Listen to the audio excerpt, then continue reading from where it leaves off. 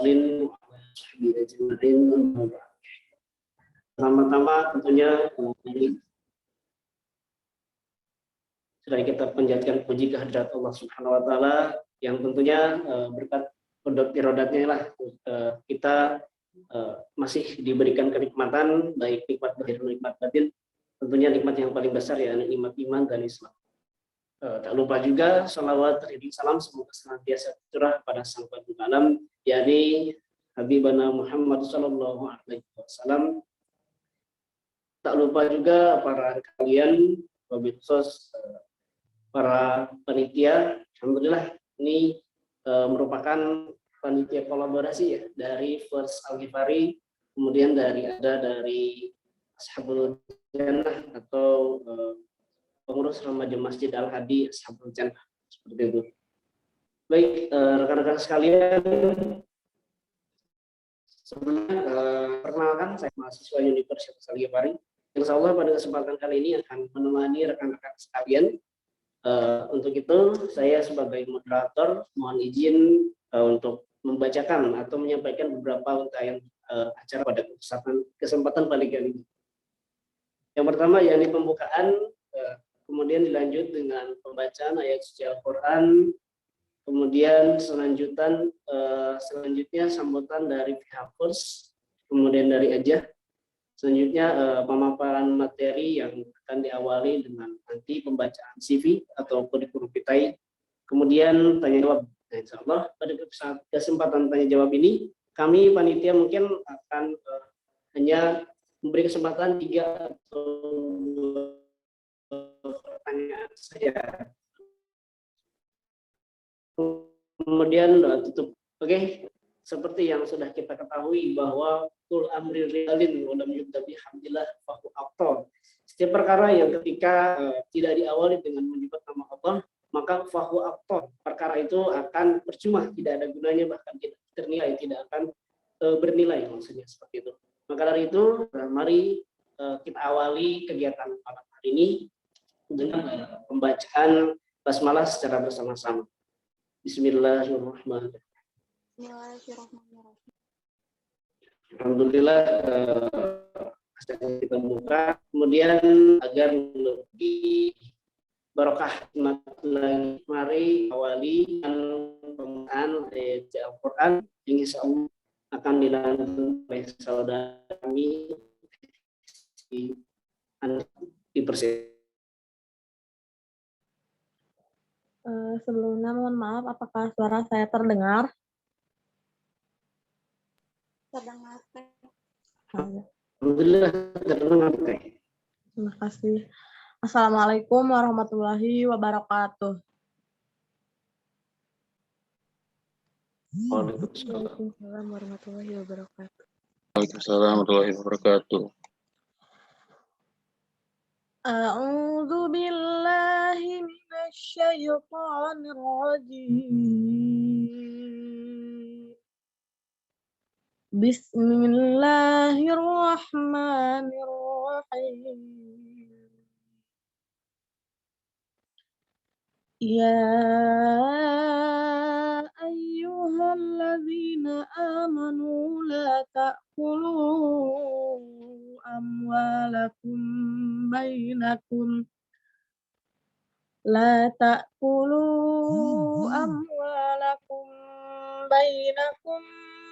bil batili illa an takuna tijaratan an taradin minkum wala taqtulu anfusakum innallaha kana bikum rahima. Wa man yaf'al dzalika udwanan wa zulman fasawfa nuslihi nara wa kana dzalika 'ala Allahi yasira. In tajtanibu kaba'ira ma tunhauna anhu nukaffir ankum sayyi'atikum سيئاتكم وندخلكم مدخلا كريما ولا تتمنوا ما فضل الله به بعضكم على بعض للرجال نصيب مما اكتسبوا وللنساء نصيب مما اكتسبن واسألوا الله من فضله إن الله كان بكل شيء عليما ولكل جعلنا موالي مما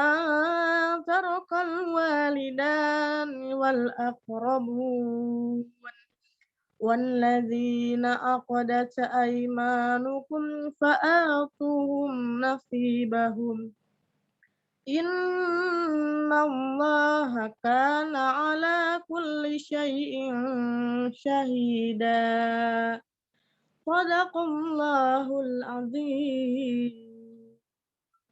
Assalamualaikum warahmatullahi wabarakatuh. Waalaikumsalam warahmatullahi wabarakatuh. Sadaqallahu aladzim wa sadaqa rasulullah karim wa nahnu alhamdulillah, masyaallah ya. Begitu ternyata bacaan ayat suci Al-Qur'an pahalanya khususnya diberikan kepada baca saudari kami, umumnya kepada kita semua yang mendengarkan, dan mudah-mudahan menjadi syafaat di yaumil qiyamah. Amin ya Allah ya Rabbal.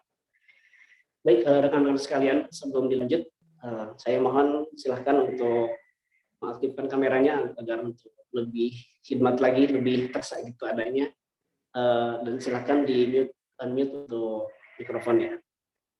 Baik, rekan-rekan sekalian, selanjutnya ada sambutan dari Ketua Panitia dari First, kepadanya dipersilakan.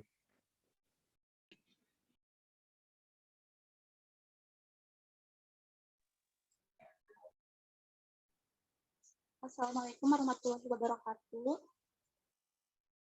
Waalaikumsalam. Alhamdulillahirrahmanirrahim. Wassalamu ala asrofil anbiya'i wal mursalin wa alihi wa sahbihi ajma'in amma ba'du.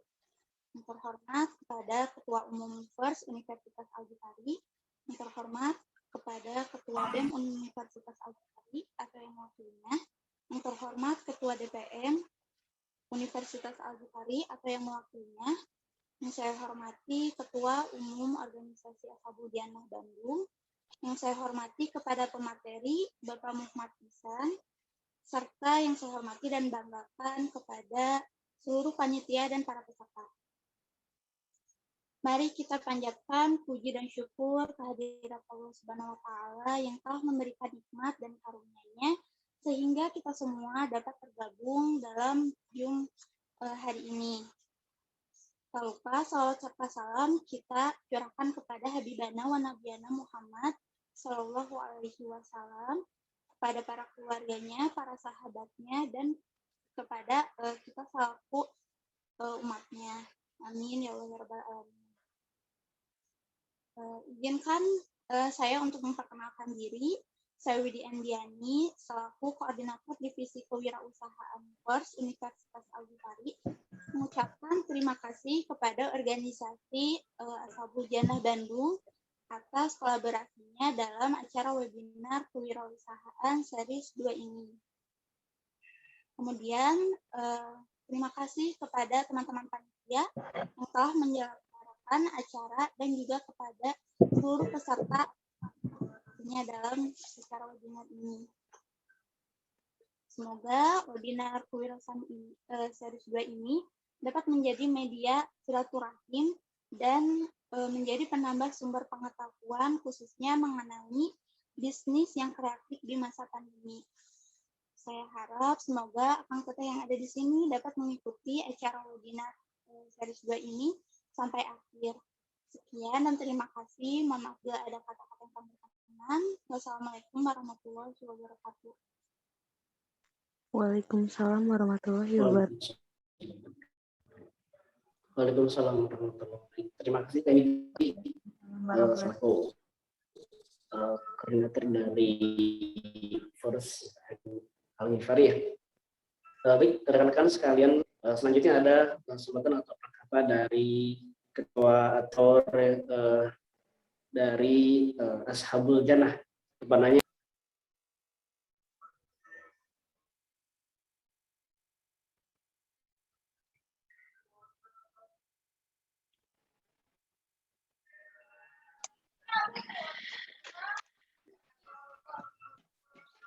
Assalamualaikum warahmatullahi wabarakatuh. Bismillahirrahmanirrahim. Alhamdulillahirabbil alamin. Asyhadu an la ilaha illallah wa asyhadu anna Muhammadan abduhu wa rasuluhu amma ba'd. Yang terhormat kepada moderator, yang saya hormati kepada Ajah yang di Bandung, dan First juga. Pertama-tama, puji syukur kehadirat Allah Subhanahu wa Ta'ala yang telah memberikan nikmat iman, nikmat Islam, dan nikmat sehat kepada kita semua, sehingga kita bisa berkumpul di sini bertatap muka, walaupun melalui layar kaca di kediaman masing-masing. Karena kondisi pandemi yang belum berakhir. Semoga pandemi bisa segera berakhir dan kita semua senantiasa dalam keadaan sehat walafiat. Ada banyak hal yang berubah saat pandemi ini terjadi, termasuk di antaranya adalah perubahan dalam bidang ekonomi. Masalah tersebut tentu saja harus kita siasati dan dicari solusinya agar kita tetap bisa bertahan walaupun pandemi sedang melanda.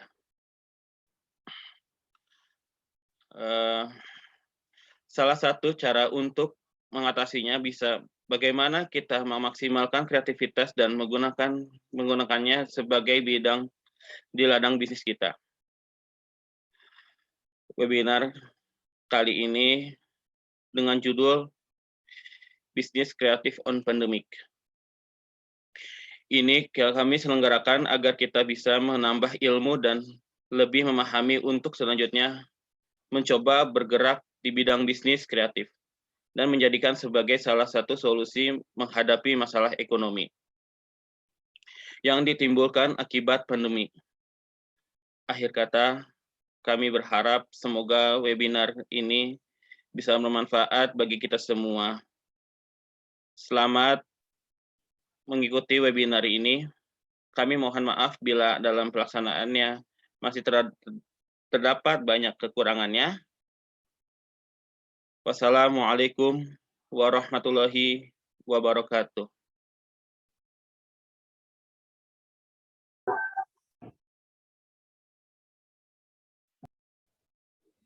Waalaikumsalam warahmatullahi wabarakatuh. Baik, terima kasih kepada Kang Fadil ya dari Ashabul Jannah atau Ajah selaku koordinator di pengurus terpunya masjid. Alhamdulillah ternyata di tengah-tengah kita telah nampak hadir dari Badan Eksekutif Mahasiswa. Kami ucapkan selamat datang, selamat bergabung.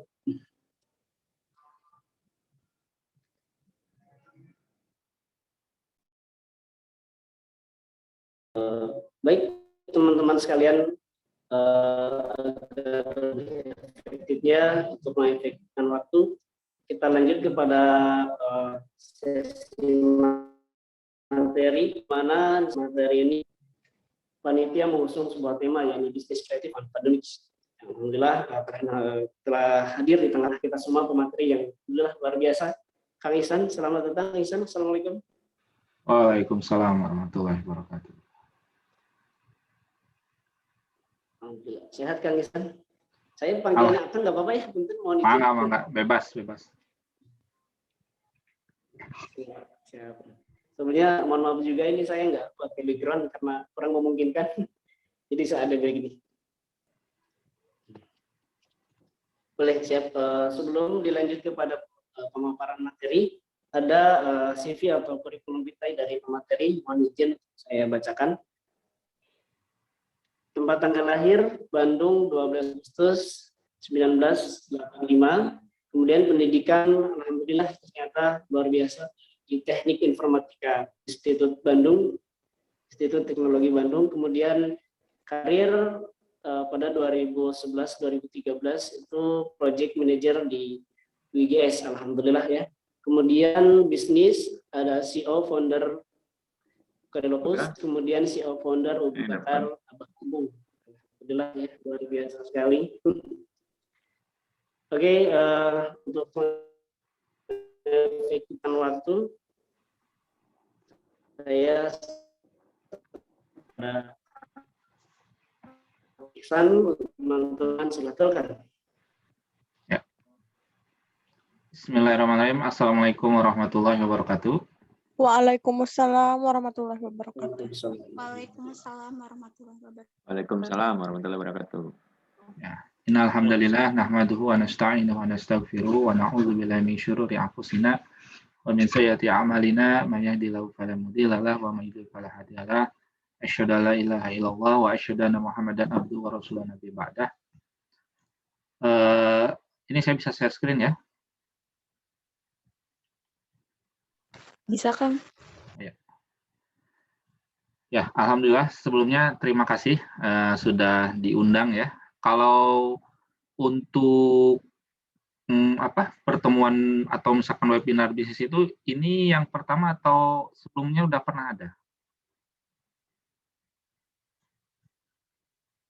Sebelumnya pernah ngadain, Kang, yang series pertama tentang keutamaan menjadi seorang pebisnis syariah. Oh, lebih ke ini ya, motif ya, maksudnya kenapa harus berbisnis misalnya kayak gitu ya? Iya, Kang. Oke.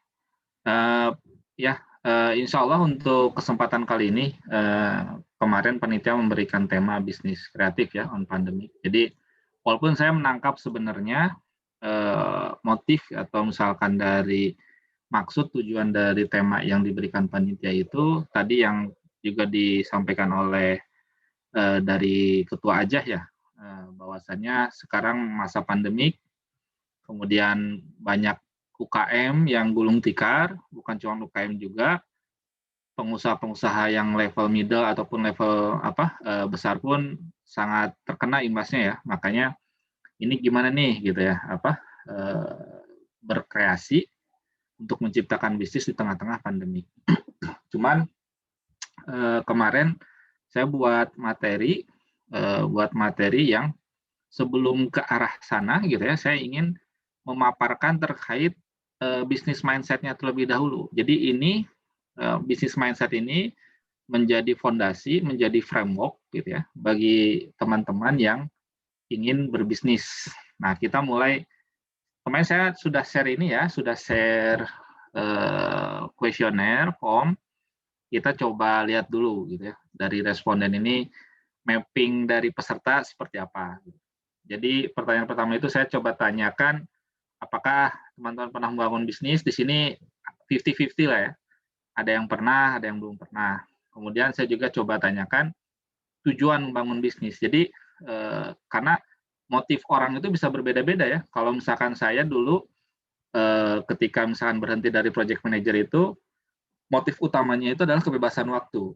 Karena kebetulan biasanya pada saat itu kontrak itu hampir habis di bulan sebelum Ramadan, dan biasanya di kantor-kantor itu bulan Ramadan itu pasti pekerjaan naik spike ya, jadi load-nya itu biasanya tinggi dan agak sulit menikmati kesyahduan bulan Ramadan. Makanya waktu itu keputusan untuk mundur keluar dari pekerjaan dan bangun bisnis itu adalah motifnya adalah kebebasan waktu. Nah ini beda-beda nih, ada yang kaya raya, kebebasan waktu gitu sesuai passion, bermanfaat untuk banyak orang. Nah ini sebenarnya nggak ada yang salah ya, silahkan saja setiap orang itu boleh memilih gitu ya motif dari membangun bisnis itu apa. Nggak ada pakem bangun bisnis itu sebenarnya untuk biar waktunya bebas dan sebagainya, nggak ada juga. Nah, cuman nanti memang dari motif ini biasanya mempunyai karakter dalam menjalankan bisnis. Ya. Kalau misalkan kaya raya, berarti kan dia fokus untuk ekspansi biasanya gitu ya. Fokus untuk bagaimana mengembangkan bisnis sebesar-besarnya. Kalau misalkan teman-teman tahu ini Kang Dewa ya, Dewa Eka Prayoga, beliau tuh punya target ya, target kayak kalau tidak salah itu ingin membangun 100 bisnis kalau nggak salah apa ya. Jadi, nah itu beda-beda nah tiap orang gitu. Jadi sebenarnya ini nggak ada apa, silakan dikembalikan ke masing-masing. Nah, cuman kita harus tahu motifnya apa gitu, biar nggak ngambang. Nah, kemudian kita coba lihat nih kendala membangun bisnis.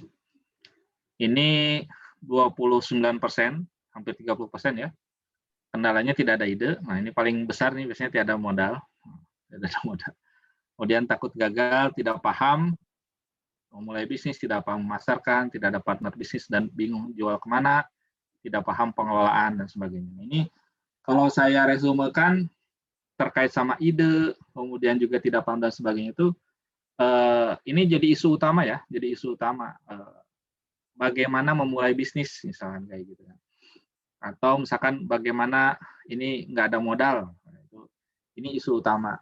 Nah, nanti kita coba bahas. Nah, ini kalau udah kendala menjalankan bisnis, kalau udah ini ya, udah pernah bisnis ya. Nah, di sini yang paling banyak kesulitan di pemasaran. Kalau teman-teman kalau tahu supply chain nanti itu bagaimana alur dari barang biasanya pengadaan sampai produksi itu supply chain. Nah, yang terakhir bingung satu orang. Nah, kalau ini hanya ini ya, nulis karir apa, ini beda-beda tiap orang. Nah, dari form ini saya coba mengcapture lah ya, secara garis besar, bahwasanya saya yakin kalau misalnya di sini kan teman-teman masih pada kuliah mungkin ya, masa-masa kuliah atau sekolah, sehingga bisnisnya pun biasanya pasti bisnis-bisnis yang sifatnya sampingan ya, bukan yang full time. Nah, kita coba masuk ke slide.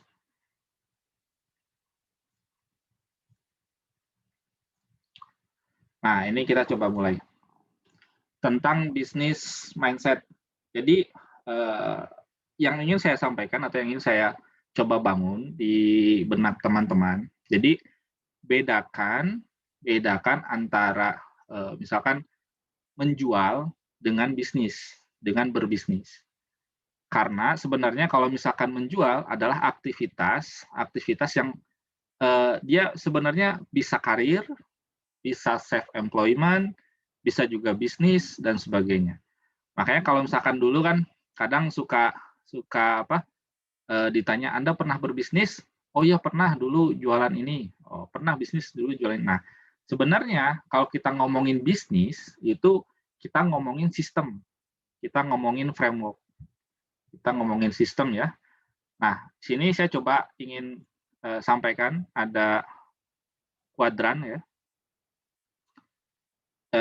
Ini untuk bisa memisahkan atau untuk bisa melakukan separasi apa bedanya antara bisnis misalkan dengan selain bisnis ya. Nah, ini kita coba flashback lah ya. Di sini kita akan lihat ada 3 parameter. Parameter uang, waktu, dan tenaga. Nah, di awal-awal ketika kita anak-anak atau misalkan masih sekolah, ini kan biasanya dipenuhi ya kebutuhannya oleh orang tua. Maka biasanya pada masa-masa ini kita tidak terlalu khawatir terkait masalah uang. Juga waktu juga mungkin sangat-sangat cukup banyak ya. Nah, barulah di setelah itu, misalkan teman-teman lulus kuliah, maka biasanya yang pertama yang terpikirkan mungkin, kalau misalkan nggak prepare bisnis dari awal, biasanya apply pekerjaan ya, apply job. Nah, disinilah fase employee, fase menjadi seorang karyawan. Nah, sebenarnya kalau kemarin mungkin dibahas bahwasanya tadi disampaikan terkait keutamaan orang berbisnis. Nah, kalau kalau dari sudut pandang saya, sebenarnya teman-teman ketika memilih apakah mau jadi karyawan, apakah mau jadi self-employee, mau jadi entrepreneur, atau mau jadi investor, itu sebenarnya memiliki keutamaannya masing-masing. Dan nanti dikembalikan kepada karakter masing-masing. Jadi kan repot juga ya kalau semua jadi pebisnis nggak ada jadi karyawan. Ya nggak akan ada yang jalan gitu. Nah sebenarnya jadi ini itu pilihan apakah harus menjadi karyawan, apakah menjadi self-employee, apakah menjadi entrepreneur atau investor, itu sebenarnya tidak membuat lebih mulia dibandingkan satu dengan yang lain. Karena kan kemudian ditentukan oleh ketakwaan ya. Jadi sebenarnya nggak harus setiap orang itu harus jadi pebisnis. Cuman ini saya ingin coba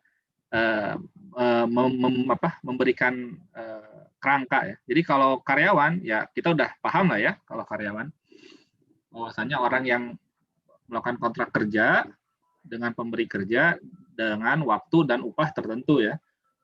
Dan juga SOP atau job desk tertentu. Ini jelas lah ya karyawan itu. Nah, nanti ada yang namanya self-employee. Nah, ini yang kadang agak-agak salah persepsi ketika dikatakan self-employee ini membangun bisnis. Nah, bukan. Jadi self-employee itu sebenarnya pekerja seperti halnya karyawan, tetapi dia tidak punya atasan. Jadi self-employee itu dia bekerja untuk dirinya sendiri. Misal teman-teman jualan ya, jualan mie tek-tek misalkan gitu. Nah, dari pengadaan nasinya, bumbunya, pergi ke pasar, kemudian memasarkan keliling gitu ya, menjual mie tek-tek itu. Nah, itu sebenarnya tidak bisa dikatakan sebagai bisnis, tapi dikatakan sebagai self-employee. Jadi bekerja tetapi untuk dirinya sendiri. Jadi tidak ada kontrak kerja dengan orang lain. Nah, itu self-employee. Jadi karena saya ini ya, dulu waktu SD saya ada kenalan lah ya, maksudnya ya karena tukang mainan lah ya, tukang mainan sejak SD, dan di SD saya itu kalau tukang mainan ya khas si bapak itu ya. Nah, sampai saya udah dewasa, udah punya anak dan sebagainya, kembali ke SD itu tetap si bapak itu jadi tukang mainan. Nah, itu sebenarnya si bapak itu bukan berbisnis, bukan membangun bisnis, tetapi dia self-employee. Nah, contoh yang lain adalah self-employee itu misalkan seorang artis gitu kan, atau seorang penulis. Itu dia self-employee walaupun misalkan dia punya tim, tapi dia tetap harus bekerja untuk mendapatkan uang. Jadi dia tidak memiliki sistem istilahnya ya, yang secara otomatis atau bisa dilepas dan sebagainya, sehingga dia menghasilkan uang tanpa dia harus bekerja. Jadi kalau self-employee itu harus ada waktu dan tenaga yang ditukarkan dengan uang, hampir sama dengan employee sebenarnya. Nah, ini yang perlu digarisbawahi, jangan sampai ya kalau misalkan ingin bangun bisnis, bukan ini sebenarnya, bukan self-employee. Nah, baru di sini nanti ada entrepreneur, ya. Jadi dia baru membangun bisnis. Cuman bisnis juga ini ada level-levelnya. Ada level-levelnya. Yang pertama itu bisnis operator. Jadi bisnis operator itu, jadi sebenarnya ini pasti ada tahapannya. Di awal-awal ketika kita membangun bisnis, biasanya orang yang bangun bisnis itu mengerjakan semuanya. Jadi dari keuangan, pemasaran, produksi, kadang-kadang dia harus terjun. Jadi kalau misalkan punya restoran, dia bisa jadi kokinya, bisa jadi waitress-nya juga, bisa jadi belanja juga. Wah, dia masih sibuk. Nah, ini masih di level bisnis operator. Artinya tanpa adanya dia, bisnis itu nggak akan jalan. Jadi dia tetap harus jadi operator. Nah, nanti ada tuh naik level, dia jadi business manager. Jadi sebenarnya dia nggak harus ngerjain kerjaan kasar-kasarnya lagi, mungkinnya tadi kokinya atau masaknya, belanjanya dan sebagainya, dia udah nggak perlu lagi, tapi dia tetap harus mengontrol, memonitor. Jadi dia tetap harus datang misalkan ke restoran untuk mengecek apakah ini udah ada atau dan sebelum udah beres atau belum, bagaimana pekerjaannya dan sebagainya. Ini masih di level business manager. Sebenarnya dia udah bisa melepas ya.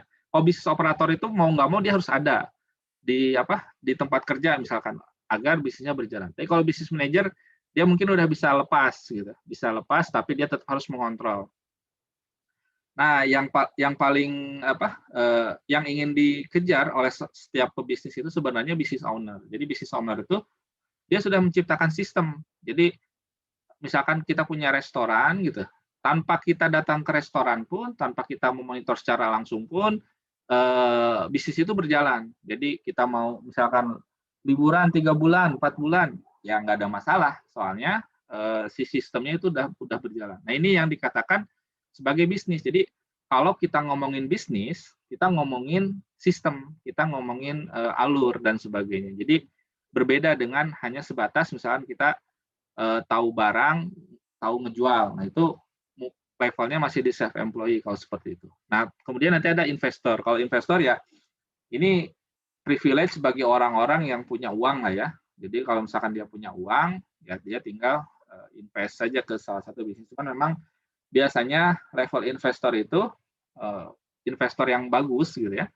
Dia biasanya sudah pernah menjalani bisnis sehingga dia bisa istilahnya mengakses ya, menilai mana bisnis yang sebenarnya menjanjikan atau bisnis yang tidak menjanjikan. Nah, ini yang ingin kita bahas sekarang itu adalah di level entrepreneur ini ya. Jadi bagaimana sebenarnya ultimate-nya itu bagaimana menciptakan bisnis di mana kita itu sebagai business owner.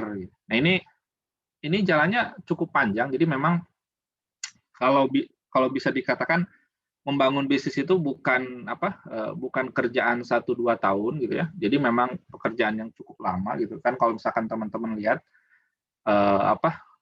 video-video testimoni orang yang berbisnis biasanya udah berapa puluh belas tahun yang lalu gitu dia baru mulai bisnis dan sebagainya. Walaupun mungkin ada ya kasus-kasus tertentu yang memang dia bisa cepat, tapi biasanya take time, biasanya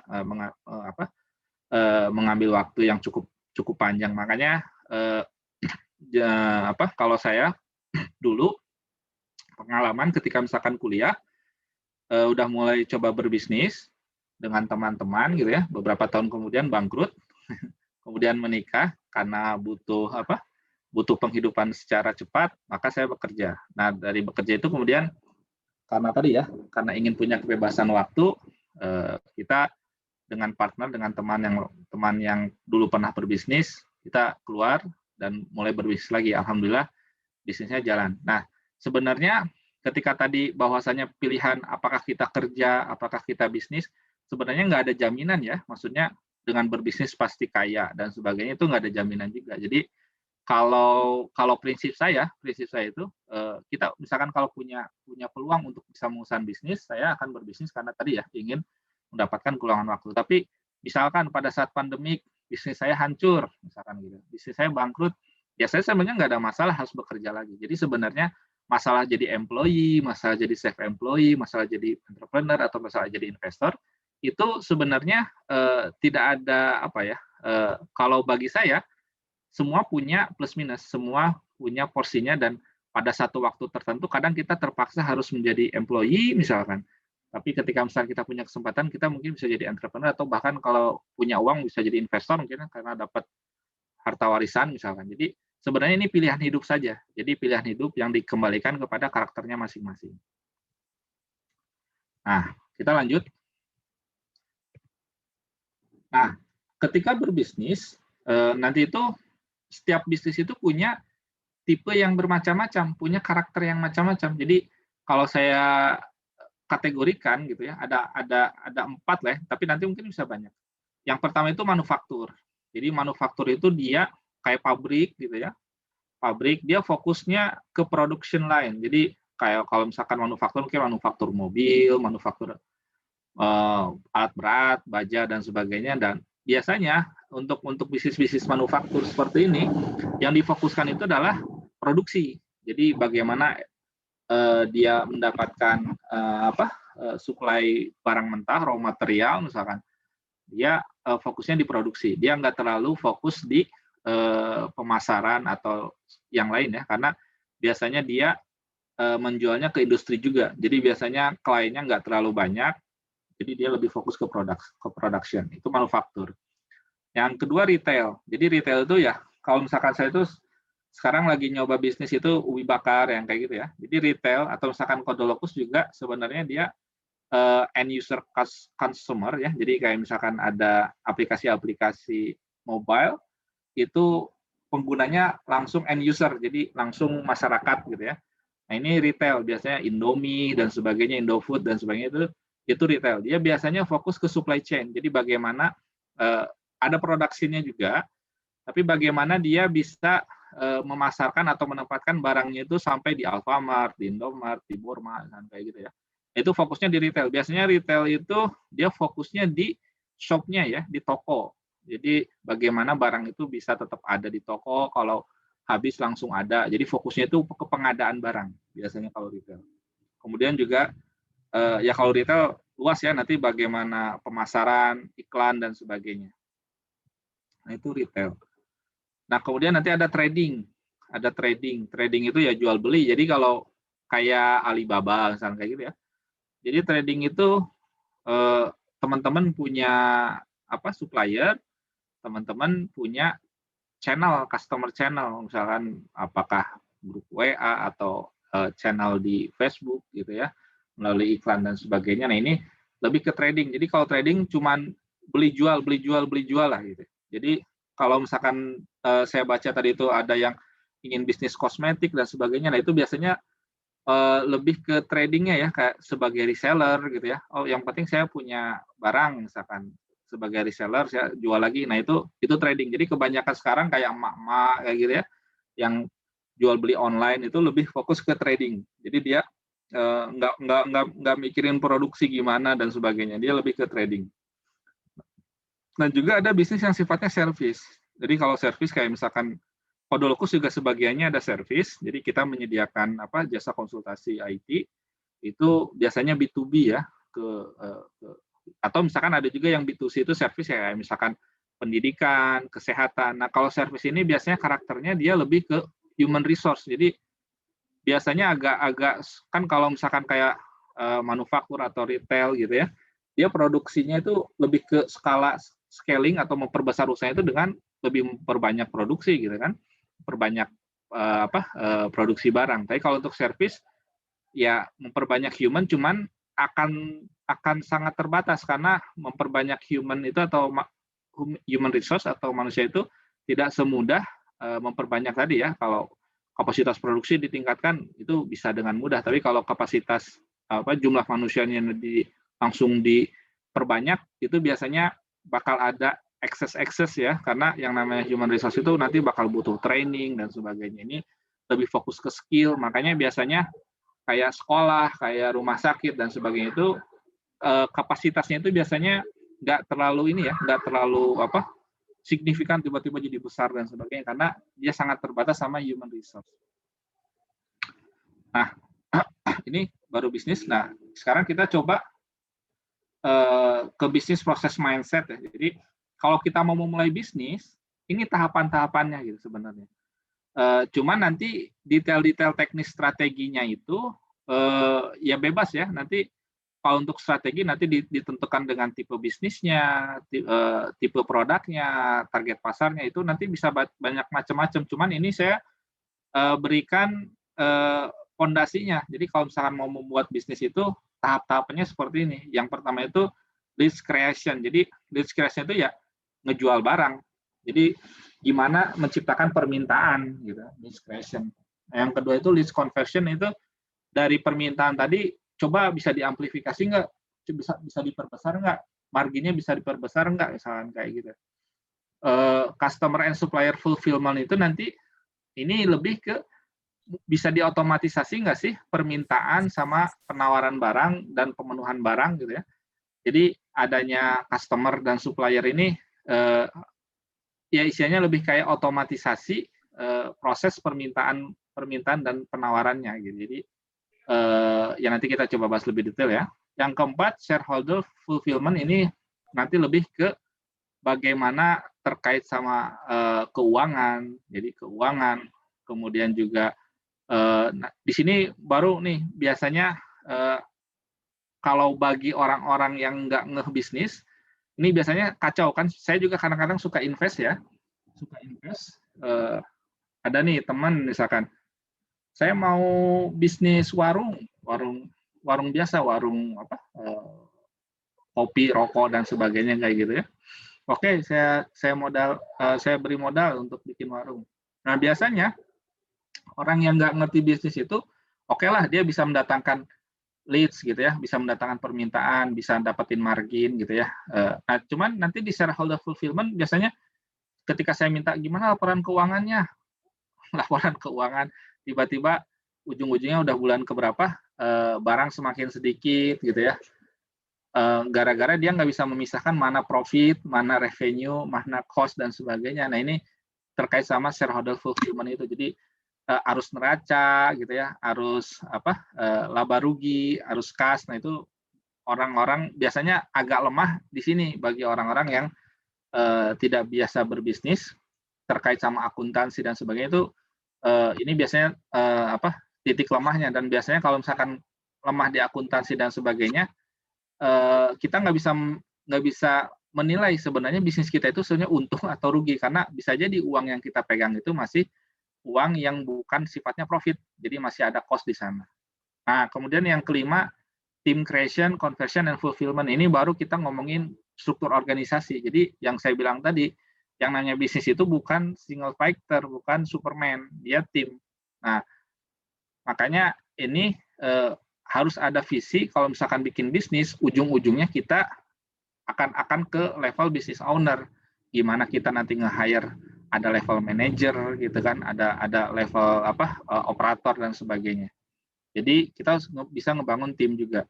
Nah, kalau yang 6-7 ini lebih ke apa, filosofinya aja. Ada ketika kita berbisnis, ada fondasi personalnya gimana, bisnis secara mindset bisnisnya juga seperti apa. Ini lebih ke filosofi aja.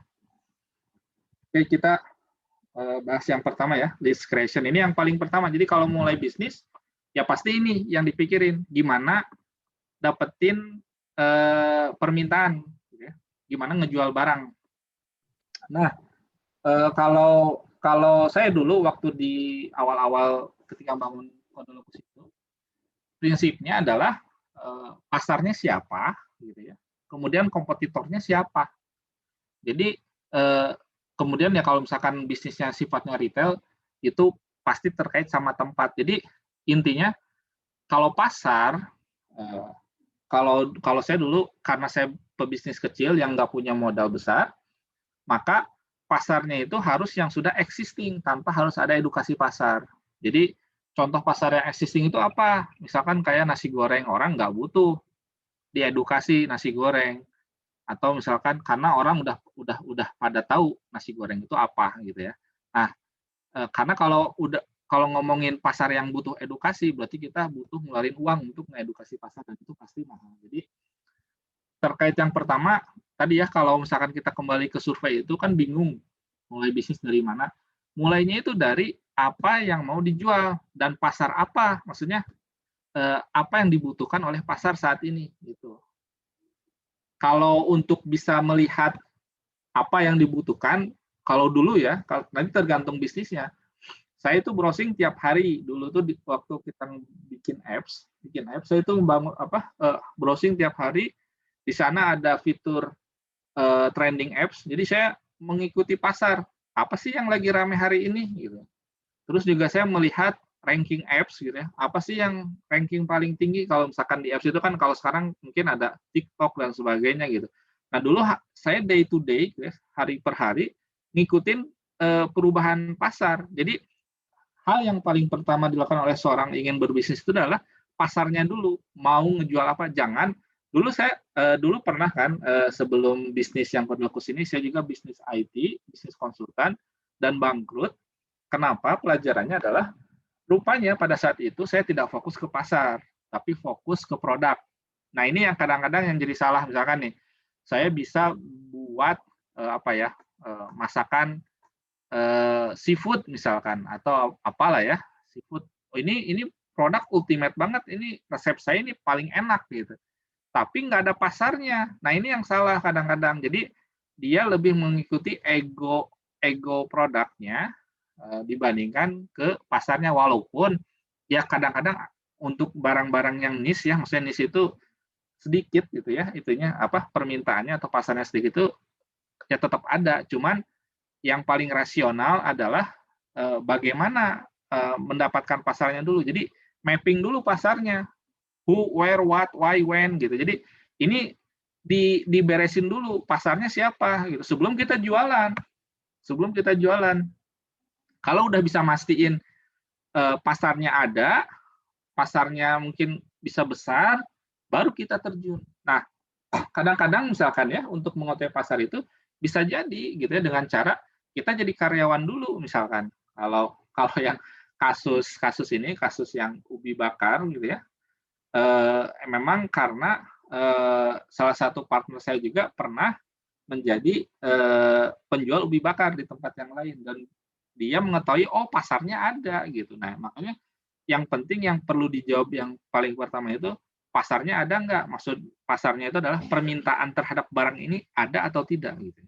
Nah ini yang pertama ini lead creation. Jadi yang harus dijawab pertama, yang harus diselesaikan pertama ada pasarnya atau tidak. Jangan ke ego produknya ya, karena kita bisa bikin A, ya udah kita bikin A gitu. Karena ini saya yakin A ini bagus, padahal nggak ada pasarnya. Jadi jangan terlalu ngikutin ego produk. Jadi kalau misalkan dulu ya, kalau dulu sebagai mahasiswa informatika ITB gitu ya, seorang programmer kadang-kadang ada ego ini, ego teknologi. Wah ini saya membangun ini teknologinya canggih gitu. Nggak ada yang lain yang bisa seperti ini, tapi percuma ketika tidak ada orang yang membutuhkan. Jadi jangan jatuhnya kepada ego produk tadi.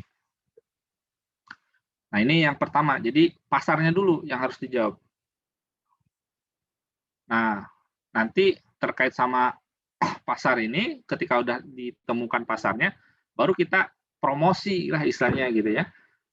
Di sini ada search engine gitu ya, bagaimana kita kalau dulu pas waktu saya buat awal-awal aplikasi itu, saya survei orang itu cari, misalkan ngetik di Google atau ngetik di Facebook, ngetik di Tokped, ngetik di Bukalapak, kita harus tahu apa yang diketikkan orang gitu. Nah, kayak misalkan kalau di aplikasi gitu ya, jadwal sholat, kamus Inggris misalnya kayak gitu.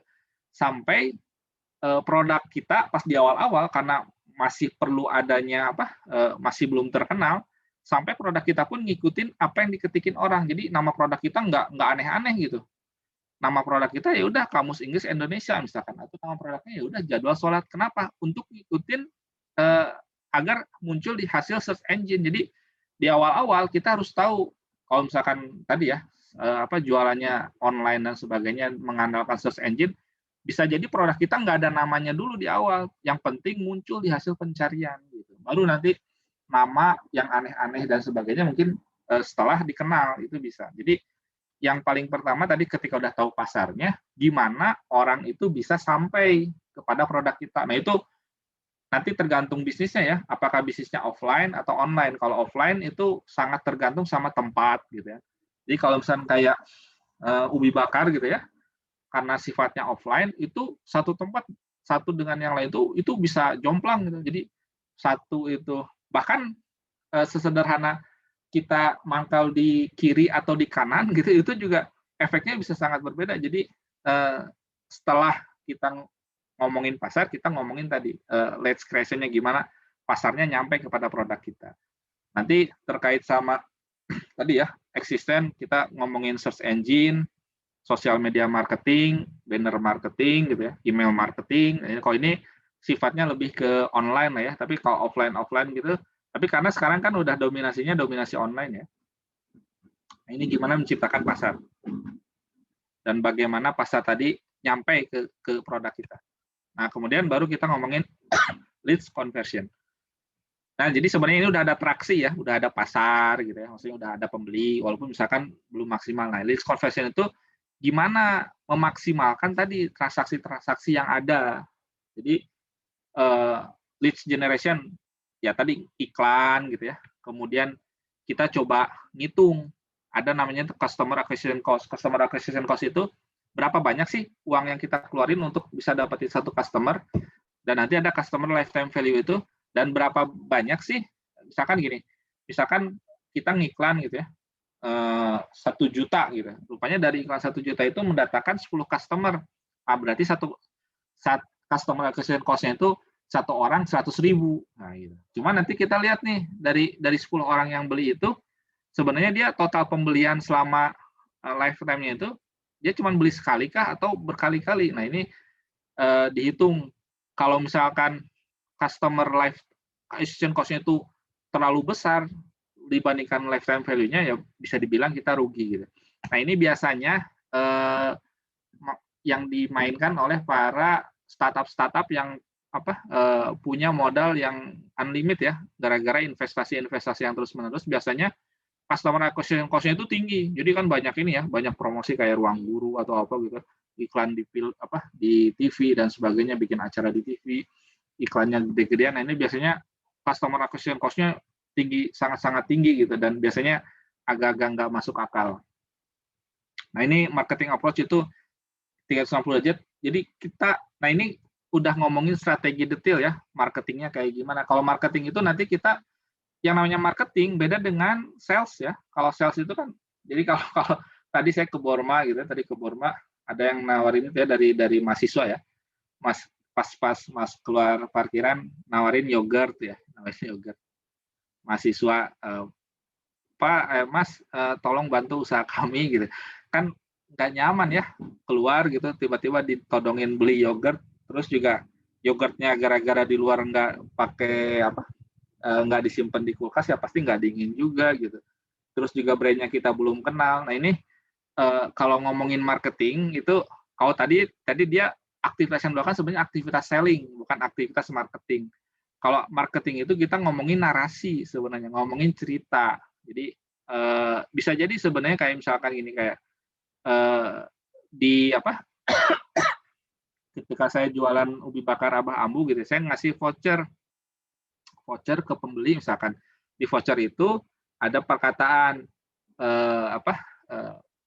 proses pembuatan ubi bakar ini dibuat dengan semaksimal mungkin agar menghasilkan ubi yang amucuy, misalkan kayak gitu. Nah, itu baru marketing. Jadi marketing itu ngomongin cerita produk kita, kebaikannya, keunggulannya dan sebagainya, itu marketing. Jadi beda dengan selling ya. Kalau selling ya tadi nodong-nodong mungkin ya, ngetok-ngetok. Kalau dulu mah ada sales gitu ya, ngetok-ngetok kayak gitu. Nah, itu selling. Sedangkan marketing ngomongin cerita produk kita dan sebagainya. Itu nanti untuk membangun brand kalau marketing. Nah, nanti conversion rate ini lebih ke gimana dari orang yang datang itu yang jadi beli gitu ya. Nah, ini dimaksimalkan. Apakah ada sales script? Kalau sales script itu ya orang-orang sales itu dibuat skripnya. Selamat datang Mbak, selamat datang di sini kami bisa, ini bisa jadi kayak hafalan kayak gitu. Terus juga ada FAQ, ada role playing itu ya coba ngetes kalau ada pembeli, skenario-nya seperti apa, ada skenario 1, 2, 3 ini. Nah, ini dibuat. Jadi sebenarnya kadang kalau kita bisnis serius, kita ngebangun rupanya ada profiling pembeli gitu ya. Kalau pembelinya seperti ini, bagusnya gimana? Kalau pembeli seperti ini, bagusnya gimana? Tujuannya buat apa? Tujuannya untuk kalau ada yang datang jadi beli, maksudnya conversion untuk jadi belinya itu semakin tinggi. Nah, ini macam-macam lah ya. Sebenarnya saya nggak akan detail sekali karena waktunya cukup terbatas. Nah, kemudian nanti juga ada lost customer. Kalau lost customer itu cara gimana kita ngereaktivasi. Jadi kadang-kadang ada customer yang udah lama nggak muncul lagi. Nah, itu kita coba ada tuh strategi untuk mereaktivasi customer yang udah nggak aktif misalkan. Jadi apakah kita touch lagi dengan email gitu ya, atau touch lagi dengan ada exclusive offer gitu ya, ada voucher tertentu dan sebagainya.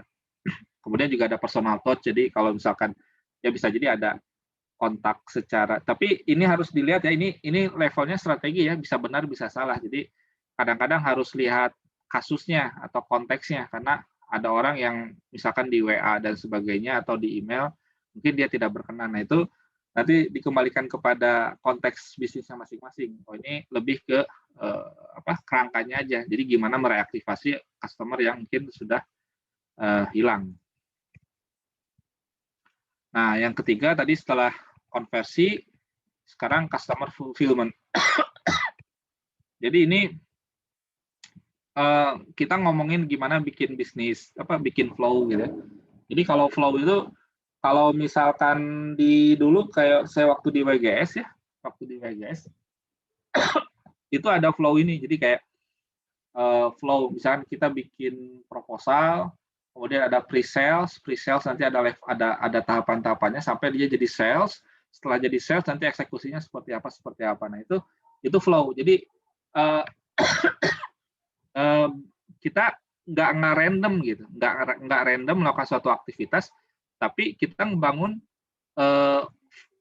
sistemnya gitu. Gimana dari orang nggak tahu jadi tahu, dari orang yang tahu jadi datang, dari orang yang datang jadi beli, dari orang yang beli dia jadi puas, dia orang yang komplain nanti dihandle-nya gimana, misalkan kayak gitu. Nah itu bikin bisnis flow. Jadi kita bukan SOP ya, bukan SOP, nanti SOP ada lagi. Cuman lebih ke tadi flow-nya, flow bisnisnya kayak gimana. Itu harus di mapping.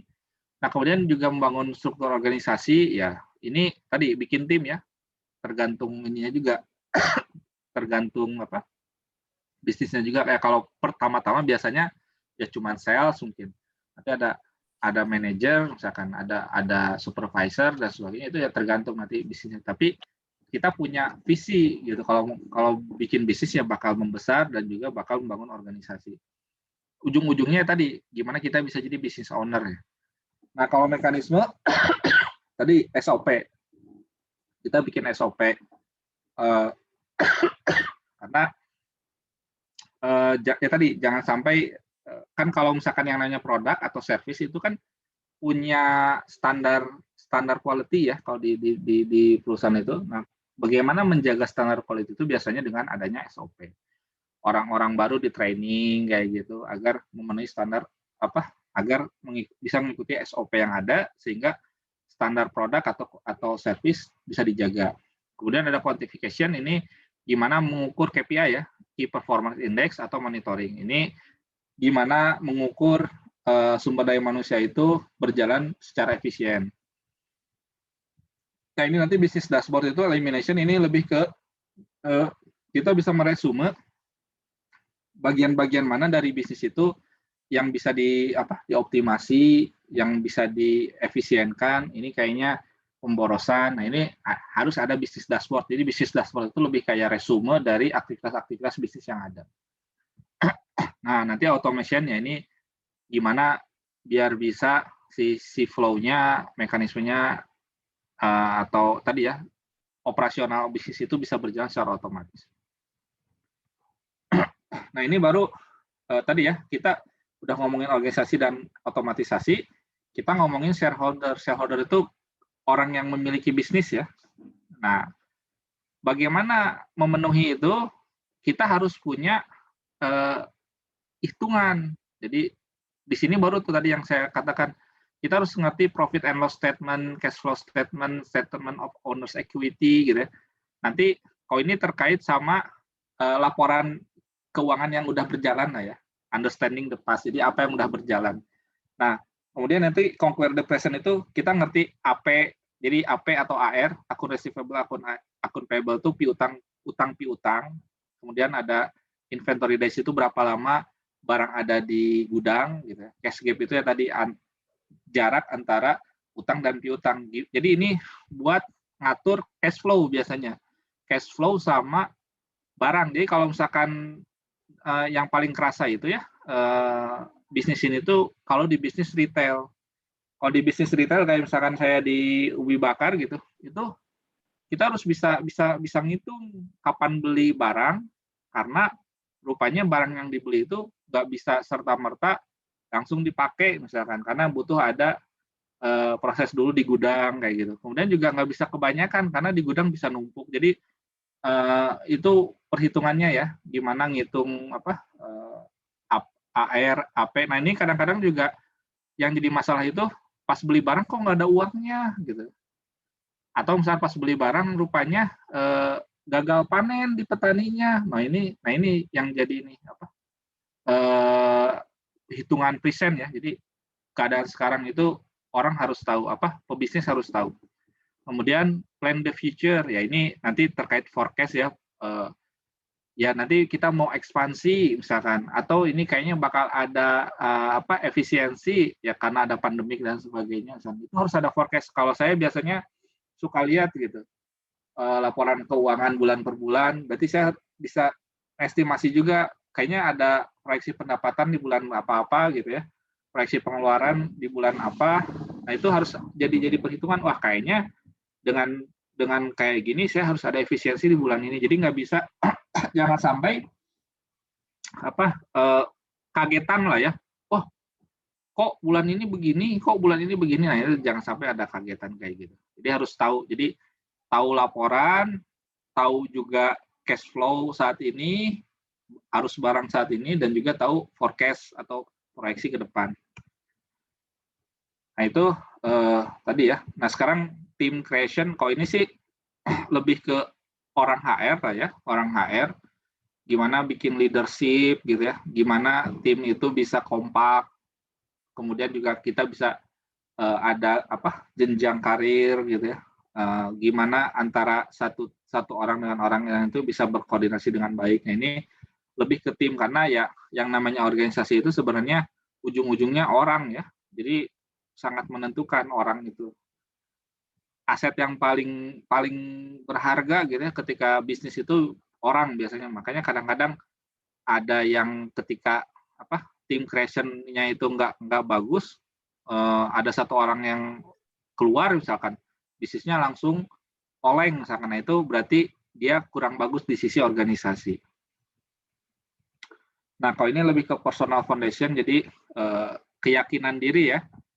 Jadi kalau misalkan mau bisnis, ya kita harus mulai dengan right belief, jadi keyakinan yang benar. Jadi ya kalau misalkan sebelumnya udah pernah dibahas terkait keutamaan bisnis, mungkin itu bagus ya. Jadi kenapa kita bisnis gitu ya?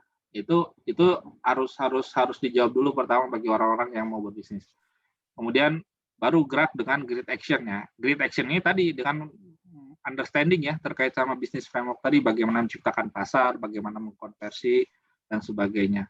Kemudian kalau misalkan ini learn with the wise response, kadang-kadang dalam bisnis itu ada hal-hal yang unpredictable ya. Jadi kalau saya boleh ini ya, boleh kan saya pernah jadi karyawan dan juga pernah jadi sekaligus sekarang jadi berbisnis. Ada karakter yang berbeda, antara karyawan dan berbisnis itu. Sebenarnya pada satu titik jadi karyawan itu lebih mudah karena dia cukup memikirkan permasalahan yang ada di depannya ketika misalkan di kantor, dan ketika dia keluar kantor dia sebenarnya udah nggak perlu mikirin lagi gitu. Nah kalau misalkan pebisnis kadang-kadang ada hal-hal yang berpengaruh sampai misalkan di rumah karena dinamis ya, maksudnya permasalahan itu kadang-kadang panjang gitu ya, kadang-kadang perlu pemikiran yang nggak bisa cepat selesai. Jadi kadang-kadang tuntutannya itu 24 jam lah bisa dibilang kayak gitu. Nah, kita harus bisa merespon permasalahan-permasalahan tadi dengan bijak gitu. Kemudian ya terakhir tawakal lah ya. Jadi apapun jadi kalau misalkan saya coba ikuti gitu ya, ada beberapa seminar bisnis dan sebagainya, pelatihan-pelatihan bisnis. Ya ujung-ujungnya sebenarnya kita nggak bisa menjamin. Jadi kita bisa berusaha bahwasannya kita melakukan A, melakukan B sesuai dengan apa yang kita ikhtiarkan. Tapi sebenarnya kita nggak bisa menjamin hasil. Jadi yang tadi saya bilang, bisnis juga bisa bangkrut gitu kan. Bahkan pada satu titik tertentu ya kita terpaksa harus misalkan jadi karyawan misalkan gitu, ya nggak masalah. Jadi yaitu ujung-ujungnya kita harus tawakal menerima qada Allah misalkan pada titik tertentu. Nah kemudian untuk bisnis foundation nanti ini lebih ke waktu, energi, uang ya. Jadi kalau saya gitu ya, saya itu kan tadi lebih fokus ke waktu ya. Jadi kalau misalkan dulu waktu saya jadi karyawan di WGS, saya lihat bos saya gitu ya. Karena servis tadi ya, orang kantor itu jumlahnya banyak, dia itu sibuk banget gitu, lebih sibuk dibandingkan karyawannya. Kadang-kadang malam saya ditelepon misalkan kayak gitu kan. Malamnya itu bukan malam jam 7-8, jam 11 misalkan, karena ada kliennya komplain misalkan kayak gitu. Nah, saya nggak berharap nih punya berbisnis, tapi nasibnya seperti itu. Walaupun secara uang bos saya itu lebih banyak gitu ya, uangnya jauh lebih besar. Nah ini sedangkan bisnis yang ingin saya bangun adalah bisnis yang oke lah, tidak terlalu menguras waktu dan energi gitu. Bagaimana bisa menciptakan mesin uang yang walaupun efeknya adalah tadi uangnya itu nggak sebanyak tadi ya orang yang mengeluarkan time dan energinya lebih besar. Jadi ini lebih ke filosofi tadi, pilihan hidup ketika berbisnis itu ya punya konsekuensi juga masing-masing gitu. Jadi nggak pasti juga ya bahwasannya semuanya terpenuhi. Kadang-kadang ada pebisnis yang malah sibuk banget gitu ya, nggak punya waktu, energinya juga habis tapi uangnya banyak. Tapi ada juga pebisnis yang uangnya pas-pasan mungkin ya, energinya tapi waktu sama energinya nggak terlalu banyak yang dialokasikan. Nah, itu mungkin itu dulu ya. Silakan kalau ada pertanyaan dipersilahkan. Angga, kembalikan ke moderator. Baik, terima kasih ya, alhamdulillah sangat jelas sekali, tentunya aplikatif juga ya. Baik, semoga rekan-rekan sekalian ada yang ditanyakan perihal materi yang sudah dipaparkan. Namun ini ada dari melalui chat, saya bacakan. Izin bertanya, saya atas nama Putri Aprilia Predima Situmorang dari Sistemik Royal Kisaran. Wah, pertanyaannya aplikatif sekali. Bagaimana cara membangun bisnis di masa pandemi seperti ini, dan kira-kira butuh modal berapa untuk membangun bisnis? Ini berarti bisnis yang cocok di era pandemi dengan nominal modalnya seperti itu mungkin. Nah ini ya, kadang kalau yang nanya pebisnis, kalau misalkan kita ingin berbisnis gitu, maka pertanyaan yang perlu dijawab bagi orang yang mau berbisnis itu adalah pertanyaan seperti ini. Dan pertanyaan ini harus dijawab oleh dirinya sendiri. Bukan karena pertanyaan ini itu nanti dikembalikan kepada preferensi setiap orang. Misalkan dia senangnya mau jualan apa, dia punyanya relasi apa. Jadi yang penting tadi pasarnya ada, misalkan. Kemudian kita bisa mengakses suppliernya, kemudian juga tadi kita bisa mengakses pasarnya, jadi dijual kemana. Jadi sebenarnya ketika misalkan tadi teman-teman, kalau ada teman-teman yang bertanya bisnis apa yang bagus dan sebagainya, akan tidak tepat kalau misalkan pertanyaan itu dijawab oleh orang lain, kan bukan oleh yang menjalankan bisnis itu. Karena yang perlu berpikir, yang perlu survei, yang perlu tahu, yang perlu belajar untuk bagaimana mengeksekusi bisnis itu adalah orang yang bersangkutan, orang yang akan menjalankan bisnis itu. Sehingga ketika misalkan ada kesalahan atau misalkan ada kerugian dan sebagainya, dia akan merefleksikan terhadap apa yang sudah dia jalani. Karena yang namanya bisnis itu bisa sifatnya itu trial and error ya, trial and error dan sebagainya. Jadi dia sendiri yang harus berproses. Jadi kalau misalkan Putri gitu ya, Putri ini mulainya dari paling sederhana gitu ya, mungkin paling sederhana saya ingin berbisnis, bisa jadi dari saya bisa mengakses produk apa gitu. Ya biasanya silaturahmi dulu gitu. Kalau misalkan ada cerita-cerita pebisnis itu, ada yang misalkan dia ketemu omnya jualan jamur, ya dia cuman nganterin dulu jamur gitu. Dari sana dia baru oh rupanya jamur banyak yang kebuang nih. Dia bikin akhirnya jamur crispy kayak gitu. Jadi sebenarnya bisnis itu dikembalikan kepada kehidupannya masing-masing. Karena setiap orang itu bisa beda-beda. Dia punya kenalan siapa yang punya barang apa, dia punya kenalan siapa yang mau beli apa gitu. Dia tadi terus terkait sama modal tadi. Jadi kan kalau di survei juga banyak yang mengatakan kesulitan modal. Jadi kadang ada orang yang bilang ini ya, oh tangan, kaki, modal. Tapi sebenarnya pada satu titik tertentu bisnis juga butuh modal uang gitu. Nah, ini nanti dikembalikan lagi kepada orang yang mau berbisnis. Apakah dia punya relasi untuk orang-orang yang bisa memberikan dia modal? Berarti kan dia harus meyakinkan, mungkin ayahnya, mungkin omnya, mungkin temannya. Nah, jadi ketika misalnya tadi pertanyaannya adalah bagaimana membangun bisnis, berapa modal yang dibutuhkan, sebenarnya pertanyaan itu akan kembali pada dirinya sendiri, akan kembali kepada orang yang mau berbisnis tadi. Jadi pertanyaan tadi itu tidak bisa dijawab oleh orang lain karena konteks sosialnya berbeda, gitu ya, pengalamannya berbeda, gitu. Padahal yang namanya bisnis tadi harus berdasarkan knowledge yang dia atau misalkan sesuai dengan kehidupan yang dia jalani. Karena akan berproses, yang namanya berbisnis itu berproses dan bisa jadi memakan waktu yang cukup panjang. Jadi ada orang-orang yang bisnis tekstil gitu ya.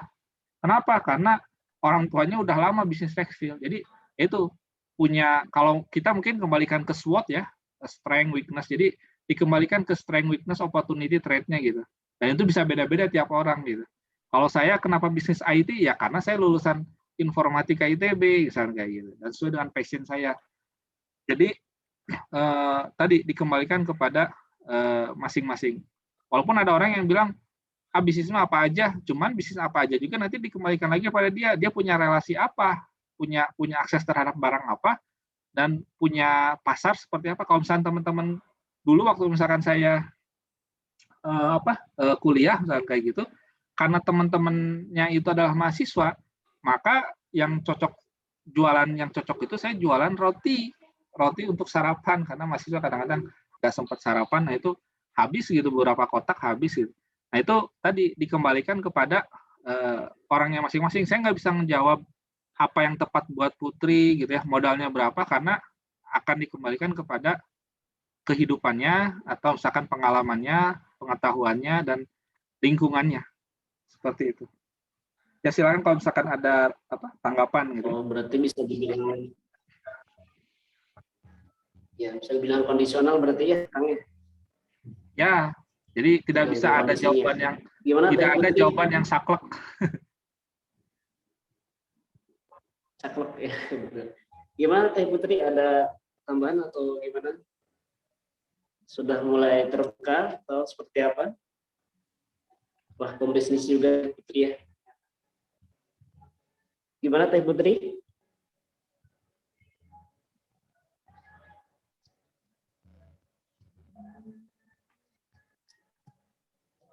Sepertinya sudah jelas ini. Oke, kita lanjutkan ya ke pertanyaan selanjutnya. Mengingat waktu itu sudah malam, kasihan. Oke, pertanyaan selanjutnya ada dari Kang Farid Salwi Sobarna. Izin bertanya, saya Farid Salwi Sobarna dari Universitas Alkipari, Bandung. Izin bertanya, Kak, boleh? Bagaimana cara menerapkan strategi ketika the next normal bagi pelaku usaha, dan bagaimana cara menjalankan bisnis UKM atau usaha kecil menengah di tengah pandemi ini supaya tetap berjalan. Nah, jadi pertanyaannya, menerapkan strategi ketika the next normal bagi pelaku usaha, dan bagaimana cara menjalankan bisnis UKM di tengah pandemi seperti ini agar tetap seimbang berjalan seperti itu. Ya. Nah, kalau mengenai strategi ini ya opinionated ya, tergantung opini masing-masing ya, berbeda. Kalau saya memiliki pendapat untuk masa-masa pandemik ini, karena sebenarnya kalau misalnya dikatakan secara kondisional bisnis itu kondisional yang tidak ideal ya, tidak ideal. Maka kalau saya lebih berpendapat bagaimana ke sistemnya survival. Jadi survival itu kita jadi kalau misalnya di Kodolokus juga karena terdampak pandemik juga, kita coba adanya rasionalisasi. Jadi fokusnya adalah bagaimana bisnis itu tetap berjalan. Walaupun tadi ada kos-kos yang harus dipotong, ada pengeluaran-pengeluaran yang harus dipotong, bahkan ada orang-orang yang harus di layoff ya, di PHK misalnya kayak gitu. Kenapa? Karena demi kelangsungan bisnis, dibandingkan bisnisnya tutup, berarti semuanya nggak jalan, mendingan kita mengorbankan misalkan beberapa orang atau beberapa pos pengeluaran untuk agar bisnisnya tetap jalan. Sambil strateginya apa? Strateginya adalah kita menunggu momen ya, kalau bahasa kasarnya mungkin kalau bahasa di rumah tangga itu kita coba atur pengeluaran sedemikian rupa sampai nunggu momen kesempatan datang gitu. Walaupun kita nggak tahu ya kesempatan datang itu kapan, tapi yang penting kita hidup dulu sampai kesempatan itu datang gitu. Nah, jadi fokusnya kalau saya pribadi fokusnya gimana efisiensi sebenarnya kalau untuk masalah ketika pandemi ini yang penting si bisnisnya tetap jalan walaupun misalkan ada kontraksi-kontraksi yang terjadi. Nah, sampai nunggu tadi the next normalnya tadi maksudnya sampai nunggu daya beli masyarakat tumbuh lagi dan sebagainya.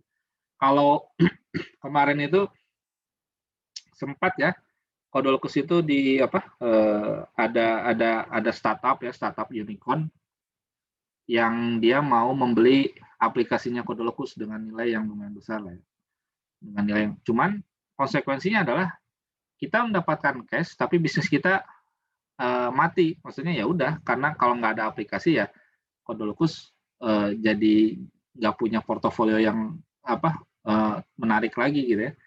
Nah makanya dikembalikan lagi kepada kepada filosofi tadi ya bisnis foundation-nya sama personal foundation-nya apa yang ingin kita kejar. Nah kalau misalkan karena saya lebih mengejar passion dan juga kebebasan waktunya, maka saya tetap mempertahankan bisnisnya walaupun misalkan mengorbankan cash di depan mata misalkan kayak gitu. Nah jadi untuk masalah strategi ini ya jadi kalau namanya bisnis memang nggak hitam putih ya beragam gitu. Nah cuman kalau pendapat saya terkait sama pandemik ini lebih fokus ke survival, bagaimana kita tetap bisnisnya nggak gulung tikar lah intinya gitu. Itu memang level yang paling bawah sih, level yang paling bawah. Level yang paling atas kan mungkin ekspansi dan sebagainya, maksimalisasi profit. Tapi kalau untuk level sekarang tuh ya level survival gitu. Dan itu yang sedang lagi banyak dijalankan oleh orang-orang atau teman-teman yang kolega-kolega bisnis juga adalah survival dulu nih. Gimana kita tetap survival. Tapi memang walaupun di pandemi ini ada juga ya bisnis-bisnis yang kayak Zoom gitu justru jadi meningkat ya karena ya tadi ada shifting supply and demand ya. Mulai banyak demand di video conference, akhirnya bisnis video conference yang melejit. Tapi kebanyakan keumuman karena daya belinya turun, semuanya turun gitu. Jadi itu lebih ke gimana efisiensi, gimana kita survive untuk tujuannya lepas dulu dari pandemik gitu. Selamat tanpa gulung tikar melewati pandemik. Gitu. Demikian.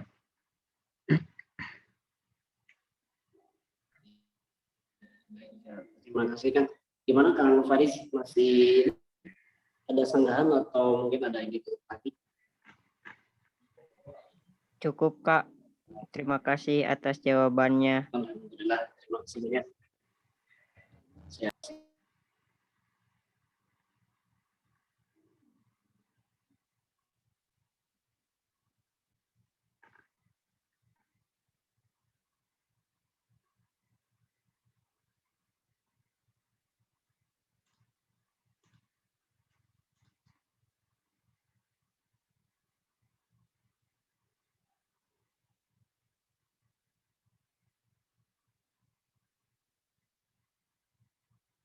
Moderatornya masih di mute ya? Oh iya, mohon maaf, saya kira enggak. Ya, mohon maaf. Iya, selanjutnya ini ada dari Kang Tito Febrianto dari Universitas Unipari. Izin bertanya, saya Tito Febrianto dari Universitas Unipari. Cuman beliau belum mencantumkan pertanyaannya, silakan untuk Kang Tito. Atau mungkin mau langsung di via audio. Terima kasih. Ya, siap Kang. Ya, assalamualaikum warahmatullahi wabarakatuh. Mohon maaf karena pertanyaan saya sedikit keluar dari jalur tema. Jadi pertanyaan saya tuh, bagaimana cara kita membantu pedagang tradisional, contohnya pedagang pasar yang penjualannya sayur, yang sebagian penjualnya adalah orang tua dan tidak mengenal namanya teknologi. Lalu sedangkan kondisi saat ini konsumen lebih memilih untuk berada di rumah dan menggunakan jasa. Dan jasa tersebut yang saya ketahui sebagian besar membeli ke para pebisnis makanan yang sedikit ternama lah. Contohnya ada bangunan atau warung lah. Dan para pebisnis ini pun untuk membeli sayuran membutuhkan kuantitas yang banyak dengan harga yang rendah dan akhirnya memilih tengkulak untuk membelinya. Sedangkan untuk penjualnya tersebut untuk menjadi tengkulak itu tidak memiliki modal dan mungkin itu penghasilannya hanya cukup untuk hari itu saja dan dimakan untuk hari itu saja.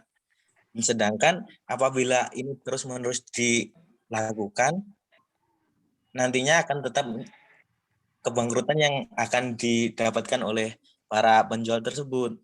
Nah, untuk usia yang saat itu, untuk usia yang segini tuanya, untuk menjadi karyawan itu sudah usianya tidak memenuhi gitu, Kak. Terima kasih, Kak.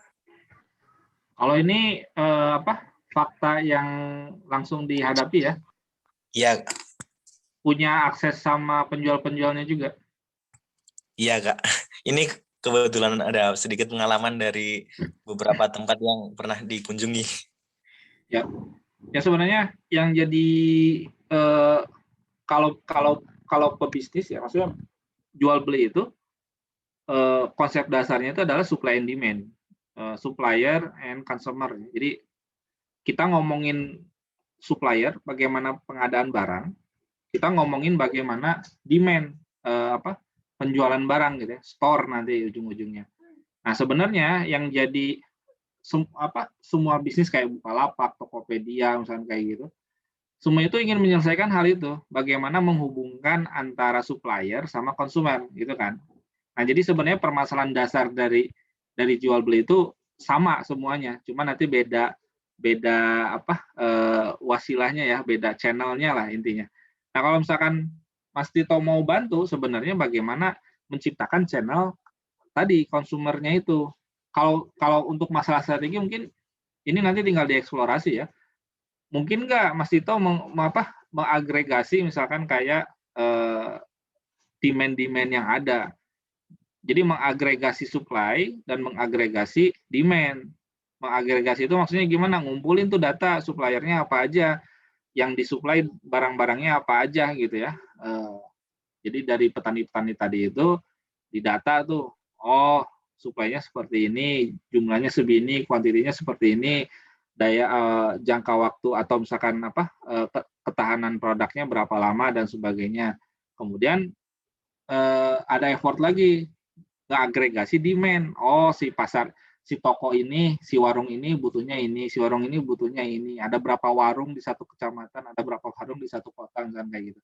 Nah fungsinya tadi misalnya anggaplah Mas Tito itu bikin bisnis adalah tadi bagaimana menghubungkan supply and demand. Di sana mungkin ada profit dan ada margin dan sebagainya, tapi sekaligus membantu para petani ini agar tidak menjual barangnya ke tengkulak. Karena sebenarnya permasalahannya sama ya, di semua hal itu mau sama kayak ubi juga ada tengkulaknya, sama kayak ayam juga ada tengkulaknya. Jadi kenapa ada tengkulak dan sebagainya? Karena tidak ada mediator yang tadi, tidak ada yang mengagregasi demand ataupun mengagregasi supply gitu.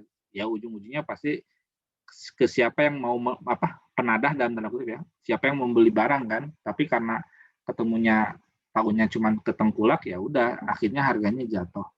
Tapi kayak misalkan kalau kasus di ubi bakar itu ada petani-petani yang dia jadi misalnya dalam tanda kutip jadi tengkulak juga, jadi langsung cari pasar sendiri karena saking rendahnya ya harga yang ditetapkan oleh para tengkulak. Jadi ini tinggal permasalahannya adalah punya kemampuan nggak gitu kan, punya kemampuan nggak untuk mengagregasi ini untuk membantu para petani ini gitu. Itu yang jadi pertanyaan. Tapi sebenarnya permasalahannya itu sama, secara asas permasalahannya sama gitu. Dan kenapa ada tengkulak?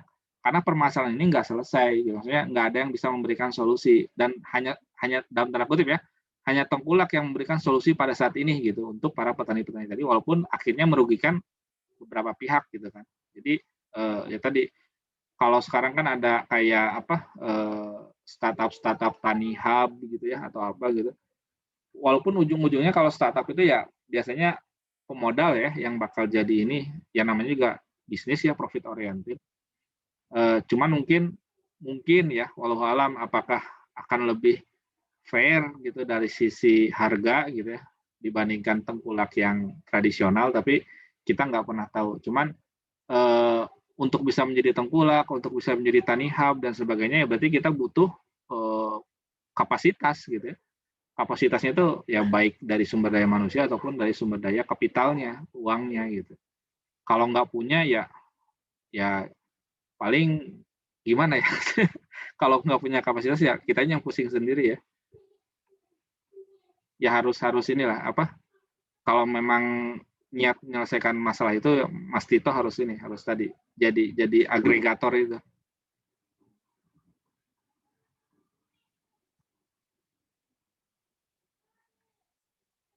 Demikian.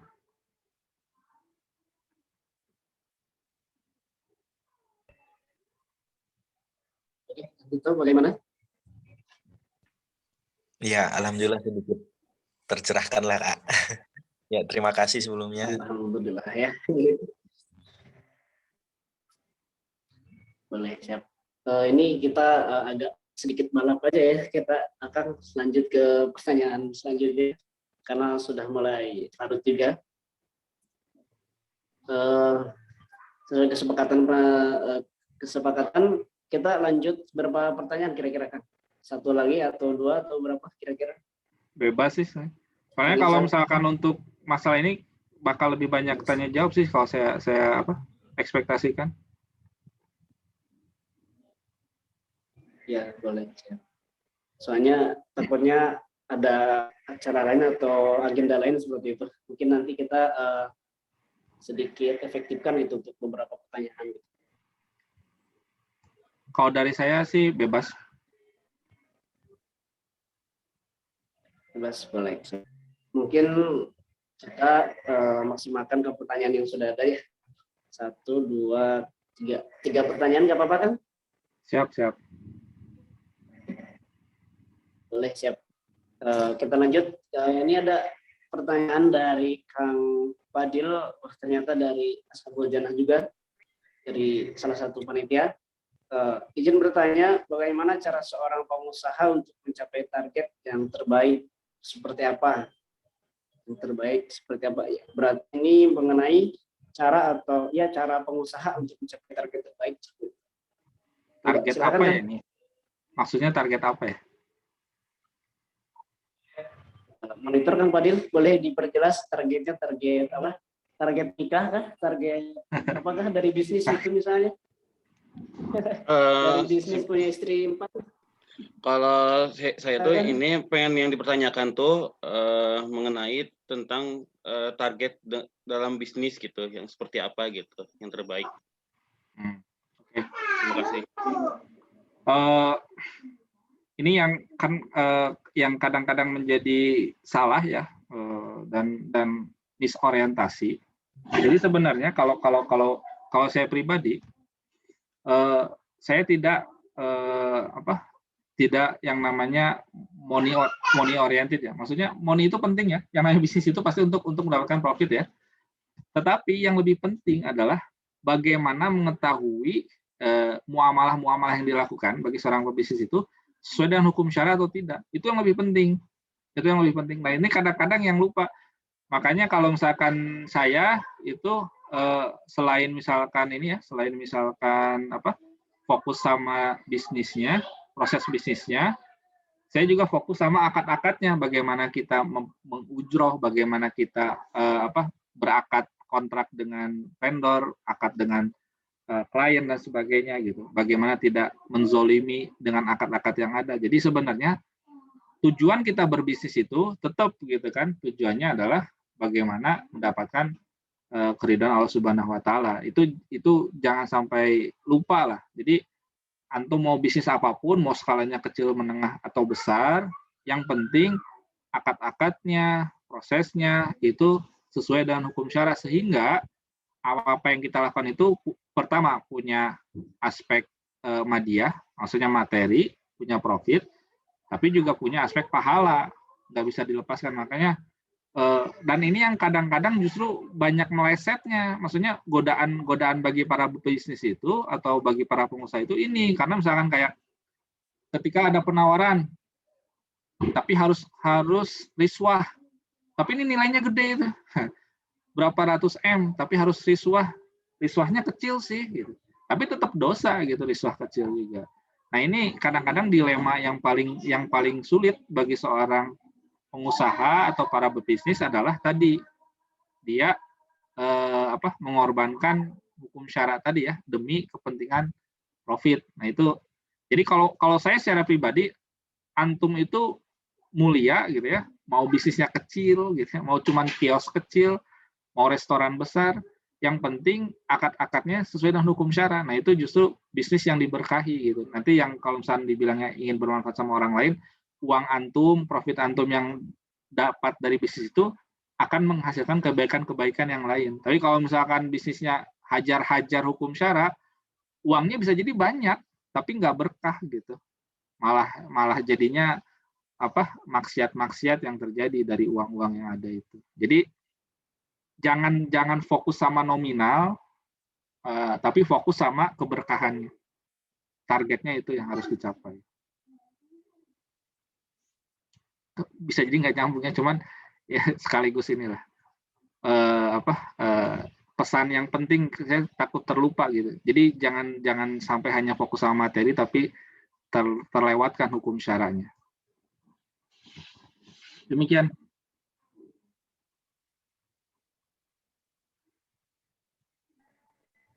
Oke, alhamdulillah. Gimana Kang Fadil? Alhamdulillah, makasih, sudah cukup, terima kasih gitu. Oke, kita boleh siap. Oke, kita langsung ini aja ya, cap dorok-dok gitu aja ya, langsung gitu ya. Ini dari izin saya Muhammad Iman dari Sabilul Bandung. Izin bertanya, bagaimana cara mencari pasar yang tepat lewat online maupun offline? Nah, mungkin kasih pasar baik itu offline ataupun online, bahkan kan? Ya, kalau untuk online ya harus banyak-banyak browsing ya, banyak-banyak main online gitu, main Instagram, main Twitter, main Facebook gitu ya.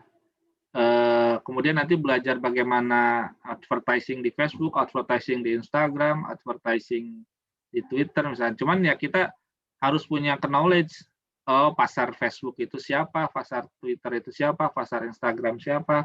Kalau sekarang ada TikTok gitu, pasar Google gimana. Jadi itu banyak-banyak browsing. Jadi kalau misalkan kayak ya tadi pernah saya ceritakan juga, itu benar-benar saya hari per hari mantau pergerakan apps, karena saya itu ya jualan apps dalam tanda kutip ya, produk bikin apps apa yang bakal laku gitu intinya gitu. Itu sampai lihat satu-satu gitu, siapa kompetitornya dan sebagainya itu. Jadi banyak main dalam tanda kutip ya, bahasanya itu banyak main, banyak survei, banyak tahu fakta gitu. Nah kalau untuk offline banyak main juga, tapi offline jalan-jalan gitu kan. Di sini ramainya siapa, jam berapa gitu, siapa aja yang lewat gitu. Nah nanti baru ada yang namanya tes pasar. Tes pasar itu kita coba jualan gitu ya, sesuai dengan apa yang kita capture dari hasil main-main tadi, hasil keliling-keliling, kita coba tes pasar gitu. Nah dari tes pasar ini baru kita dapat kesimpulan, oh rame, oh sepi gitu kan, oh sepertinya. Jadi memang banyak trial and error sih, banyak kita coba-coba gitu, banyak coba-coba. Walaupun nanti tes pasar itu ada time frame-nya ya, ada waktunya. Nggak cuma sehari nggak laku langsung udahan, nggak juga gitu, harus ada waktunya, misalkan sepekan atau 2 pekan gitu. Jadi memang ya pasti butuh modal lah ya, butuh modal untuk tes pasar tadi. Tapi memang modalnya diminimalisasi. Jadi emang tujuannya bukan langsung bisnis, maksudnya bukan langsung full power bisnis. Yang jadi salah itu kan, saya mau bisnis langsung beli toko gitu misalkan. Itu nggak tes pasar dulu misalnya. Yang harus dilakukan justru tadi tes pasar dengan modal yang seminimal mungkin, tapi kita bisa dapetin kesimpulan pasarnya ada atau enggak gitu. Jadi main-main dulu, dapetin informasi, knowledge, mainnya online atau mainnya offline, baru nanti tes pasar online atau tes pasar offline, gitu.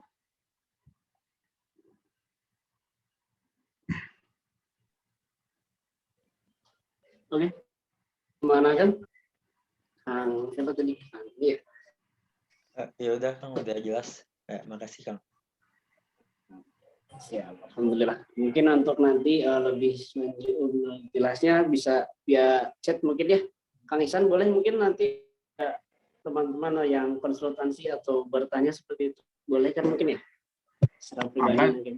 Mangga, cuman memang kalau mau konsultasi itu untuk masalah yang kayak bisnis itu agak sulit ya, tekstual itu. Pasti butuh verbal. Karena bukan eksak ya, jadi penjelasannya kadang-kadang panjang. Betul harus ini ya, betul aplikatif. Oke, mungkin kita lanjut ke pertanyaan lagi. Ini ada Teh Putri lagi, Teh Putri Situmorang dari Speaker Royal Kisaran. Ini mengenai mindset entrepreneur. Apa yang harus dilakukan untuk mengembangkan mindset entrepreneur? Wah, mengenai pengembangan mindset mungkin seperti itu, Kang. Nah, kalau pakemnya itu sebenarnya gini, pakemnya itu adalah maklumat, informasi, kemudian fakta untuk menciptakan mafhum, pemahaman. Jadi gini, kayak misalkan teman-teman mau belajar naik mobil, perlu ada informasinya dulu, persneling apa, rem apa, misalnya gas apa dan sebagainya, ada otomatis, ada manual gitu, tahu ini untuk apa lah ya. Tapi untuk bisa menjadikan pemahaman, teman-teman harus ngendarain mobil, harus nyoba, kadang bisa nubruk gitu kan, kadang ngegores dan sebagainya. Nah, yang namanya konsep ini itu sebenarnya untuk seluruh hal, termasuk untuk pebisnis juga atau entrepreneur juga. Jadi kadang ada ekstrim kanan gitu ya, maksudnya atau ekstrim kiri yang pokoknya saya praktek aja gitu, cobain aja trial and error gitu kan. Dia fokusnya ke praktek misalkan. Tapi ada juga yang terlalu teoritis, dia banyak baca buku, banyak baca seminar, tapi nggak action misalkan gitu. Nah sebenarnya yang namanya mindset entrepreneur itu imbang keduanya, jadi tetap harus banyak baca buku gitu. Makanya kalau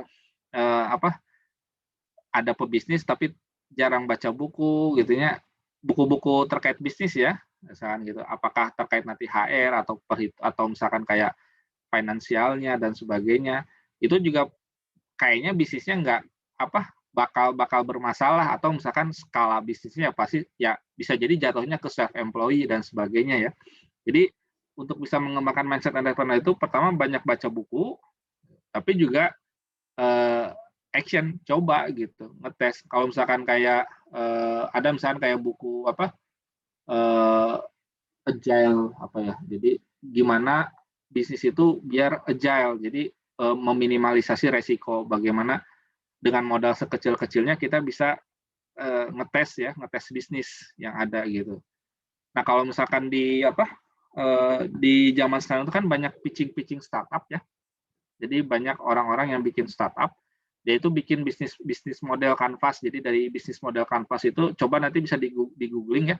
Bisnis model canvas itu kan nge-mapping mau bisnis apa sih yang mau dibuat oleh kita gitu. Jadi kayak ada plan-nya. Nah, nanti coba dieksekusi gitu. Nah, cuman memang ya tadi yang namanya bisnis itu kan lebih ke jangka panjang ya.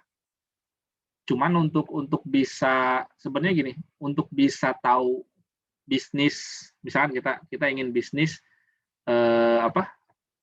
percetakan atau ingin bisnis surat kabar gitu. Sebenarnya bisa dengan memulai kita menjadi karyawan percetakan atau karyawan surat kabar, karena dengan itu kita bisa memahami prosesnya seperti ini. Bahkan kalau usul saya itu cara yang paling cepat untuk memahami bisnis itu adalah jadi karyawan di bisnis itu. Karena kan perusahaan itu udah proses trial and error ya. Sebuah perusahaan itu trial and error untuk sampai bisa build bisnis seperti itu. Nah, lebih enak kan kita tinggal capture aja nih apa ya ini prosesnya kayak gimana, ya udah jadi karyawan aja paling enak gitu. Itu sebenarnya yang paling ini ya, walaupun nanti tinggal ininya aja secara moralnya ya jangan sampai jualannya di situ juga atau ngancurin bisnisnya perusahaan yang lama, kan itu kurang etis lah ya. Maksudnya kita berbisnis tapi mungkin di tempat yang lain. Jadi ya itu, kalau untuk mengembangkan mindset entrepreneur itu pertama banyak baca buku bisnis atau dengar terkait sama seminar-seminar bisnis. Tapi seminar bisnis yang saya maksud itu bukan seminar-seminar motivasi ya, yang Anda bisa, bukan, tapi lebih kayak konsep gitu. Prosesnya seperti ini, Anda butuh perhitungan, atau Anda apa itu marketing, apa itu advertising. Jadi lebih ke konsep, pemahaman.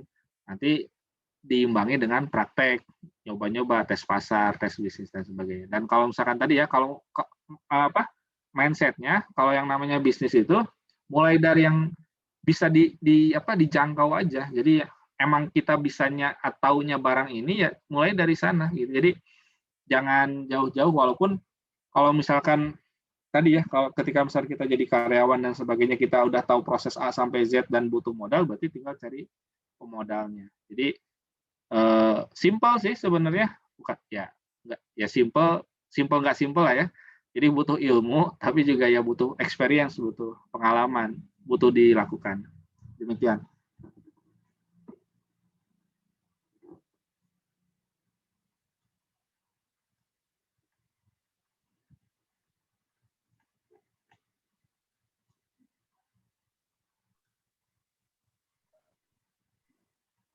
Ya, alhamdulillah, terima kasih Kang Iksan. Ya mungkin rekan-rekan sekalian, bagaimana? Teh Putri sudah ini? Teh Putri, sepertinya kendala jaringan ya, Teh Putri.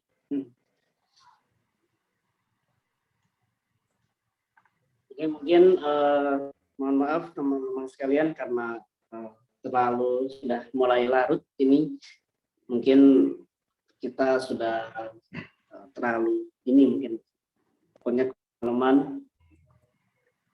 Dan saya ingatkan kembali yang sebelum mengisi link presensi, silahkan diisi terlebih dahulu. Oke, Kang Ihsan, alhamdulillah ternyata banyak sekali yang ikut bertanya ya. Alhamdulillah ternyata banyak sekali di sekeliling kita para pembisnis luar biasa. Itu mungkin mereka ada yang baru, walaupun ada yang baru modal niat, mungkin belum ke aksi, ada ini mungkin. Ya, alhamdulillah teman-teman kita semua ternyata sudah bisa dibilang melek bisnis gitu. Tidak hanya mengandalkan pemberian dari orang tua. Alhamdulillah.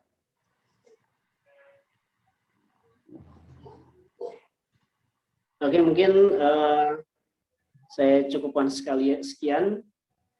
Saya ucapkan banyak terima kasih Kang Ihsan sudah bersedia hadir.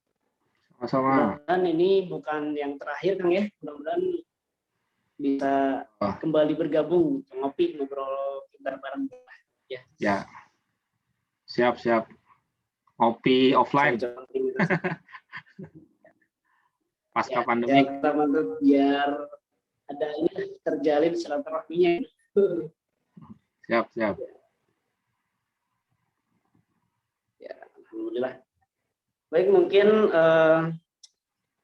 kita tutup ya dengan pembacaan kifaratul majlis. Saya ucapkan kembali terima kasih kepada rekan-rekan sekalian yang sudah hadir.